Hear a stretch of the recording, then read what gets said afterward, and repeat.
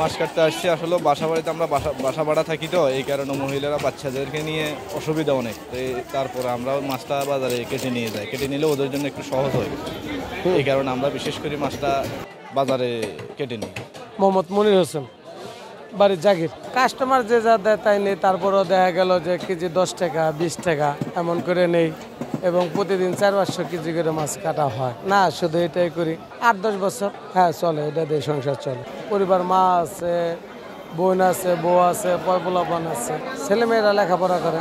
হ্যাঁ ইনশাল্লাহ হয়ে যায়। নিজেরও সময়ের অভাব, আমরা তো এমনি ব্যবসা বাণিজ্য করি, এর জন্য আমাদের মাছটা কাটা একটু সমস্যা হয়, এর জন্য বাজার থেকে কাটিয়ে নিয়ে গেলে এটা আমাদের জন্য ভালো হয়। হ্যাঁ, এই ব্যবস্থাটা ভালো। যমুনা ইলেকট্রনিক্স ঈদে ডাবল খুশি অফার সিজন 3, যে কোনো পণ্য কিনলেই পাচ্ছেন নিশ্চিত ঈদ উপহার।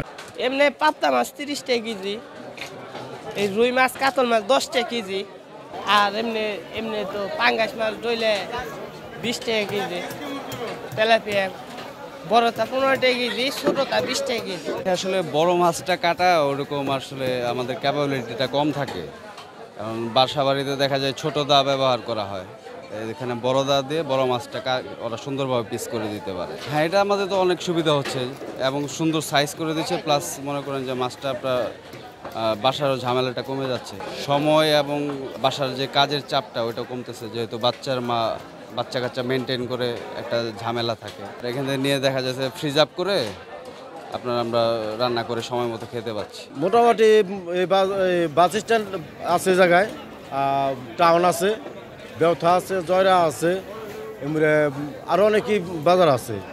সব বাজারেই কাটাকাটি হয়।